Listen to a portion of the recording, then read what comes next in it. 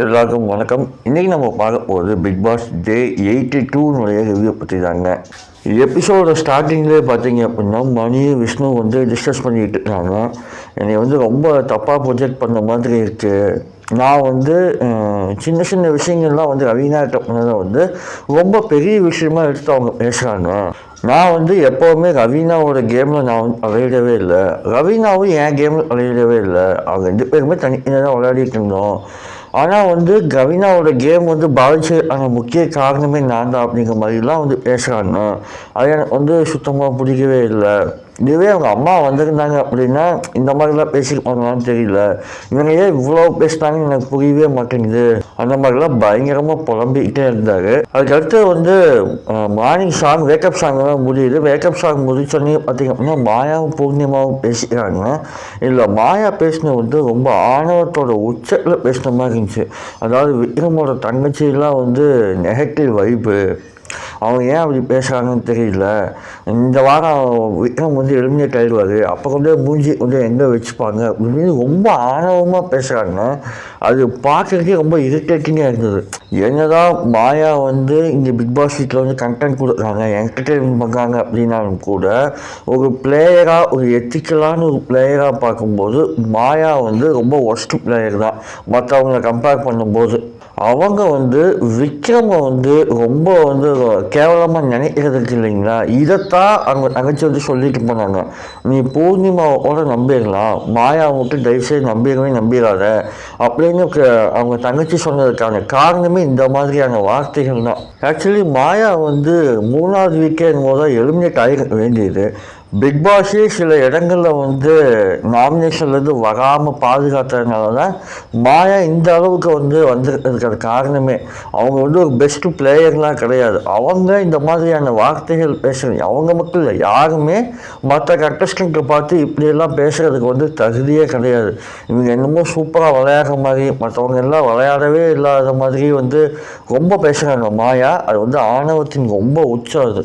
அதுக்கப்புறம் விஜய் அவங்க அண்ணன் வராப்புல எனக்கு ரொம்ப நல்லா இருந்துச்சு. அந்த வைப்பு ரொம்ப நல்லா இருந்துச்சு. அவங்க அண்ணன் எல்லாத்தையும் ரொம்ப கேஷுவலாக பேசுகிறாப்புல, அது ரொம்ப நல்லா இருந்துச்சு. எல்லோரும் ஜாலியாக விளையாடுங்க, இந்த 2 வாரம் ரொம்ப ஹாப்பியாக இருந்தீங்க, அதே மாதிரி போங்க, கொஞ்ச நாள் தானே இருக்குது, அது நல்லா இருக்குது, பார்க்குறதுக்கு நல்லா இருக்குது அப்படிங்கிற மாதிரி சொல்லியிருந்தாங்க. அதுக்கப்புறம் நிக்சனோட ஃப்ரெண்டு வராப்புல, அவங்க நல்லா பேசிகிட்டு இருந்தாப்புல எல்லாத்துக்கூடையும். நிக்சனோட ஃப்ரெண்டாக இருக்கட்டும், விஜய் அவங்க அண்ணனாக இருக்கட்டும், 2 பேருமே பெருசாக வெளியில் நடக்கலாம் எதுவுமே சொல்லிக்கல. ரொம்ப ஸ்மூத்தாக எல்லாத்துலேயும் பெஸ்ட்டு அப்படியே ஜாலியாக இருந்துட்டாங்க. கொஞ்சம் நல்லா இருந்துச்சு, நல்லா வைப்பாக இருந்துச்சு.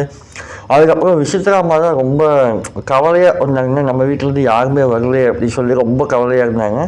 அவங்க ஹஸ்பண்டும் வந்தோடனே பார்த்திங்க அப்படின்னா அவங்க கேட்குறாங்க, ஏன் பசங்கள்லாம் வரலையான்னு கேட்கும்போது அவருக்கு இல்லை, அவங்கெல்லாம் எக்ஸாமு, அதனால் வர முடியல, ஸோ அதனால் நான் மட்டும் தான் வந்தேன் அப்படின்னு சொல்லும்போது விசித்ராமா கொஞ்சம் அப்செட்டாக இருக்காங்க. அதுக்கப்புறம் கன்ஃபர்ஷனுக்கு கூப்பிட்டாண்டே பார்த்திங்க அப்படின்னா அவங்க பசங்க 3 பேர் அந்த லிவிங் ஏரியாவில் உட்காந்துருக்காங்க. அந்த கூட்டமாக உட்காந்தோடனே நல்லா இருந்துச்சு. அந்த சீன் ரொம்ப அழகாக இருந்துச்சு. விசித்ராமா அந்த கன்ஃபர்ஷன் ரூம்லேருந்து வெளியில் படிக்கும்போது அவங்க பசங்கள்லாம் உட்காந்துருந்தாங்க. ரொம்ப ஆச்சரியமாக இருந்துச்சு. எல்லாத்துக்கூடையும் ரொம்ப சூப்பராக பேசிக்கிட்டாங்க. பெரும்பாலும் வெளியில் நடக்கிற விஷயங்களை பற்றி அந்த 3 பேருமே பேசிக்கவே இல்லை. எல்லாருக்கும் ரொம்ப ஜாலியாக இருந்தது. இல்லை, ஸ்மார்ட் பாஸ் செமையாக பண்ணார். அவர் விசித்ராமா ஹஸ்பண்டை ஃப்ரீஸ் பண்ணி வச்சுட்டு ப்ரப்போசல்லாம் பண்ணாப்புல, அதெல்லாம் பார்க்க ரொம்ப வேடிக்கையாக இருந்துச்சு. அதெல்லாம் நல்லா இருந்துச்சு. அதுக்கப்புறம் அவங்களாம் வெளியில் போயிடுறாங்க. அதுக்கப்புறம் பார்த்தீங்கன்னா G2 டாஸ்க் வைக்கிறாங்க. அந்த டாஸ்க்கு பார்த்திங்க அப்படின்னா ரொம்ப பெருசாலாம் இல்லைங்க. அதாவது இப்போ இந்த 2-3 வாரமே ஏதோ சொல்லணுமேன்னு சொல்கிற மாதிரி தான் இருக்குது ரிவ்யூவில். எது பெஸ்ட்டு பாயிண்ட்டு, எது ஒஸ்ட் பாயிண்ட்னு ஒமிட் பண்ணுற அளவுக்குலாம் இல்லை. ஃபுல் எபிசோடையுமே கொஞ்சம் ஓட்டி பார்க்குற மாதிரி தான் இருக்குது. அந்த 3 ப்ரமோ பார்த்தாலே போதும்னு தோணுது. அதுக்கு மேலே எபிசோடில் வேறு எதுவும் இருக்க போகிறது இல்லை அப்படிங்கிற மாதிரி தான் இருக்குது. ஆடியன்ஸே பல பேர் சீக்கிரம் இந்த பிக் பாஸை முடிச்சு வைக்கணுங்க, பார்க்கறதுலாம் நல்லாவே இல்லை. பெரும்பாலும் யாரும் லைவெல்லாம் யாரும் பார்க்குறதே இல்லை. எபிசோடே ஸ்கிப் பண்ணி தான் பார்க்குறாங்க. அதுவும் இல்லாமல் சில பேர்லாம் ப்ரொமோ பார்த்துட்டு இதுதான் நீ கண்டக்ட் வர போதா அப்படின்னு தெரிஞ்சுட்டு அதை அப்படியே விட்டுறாங்க.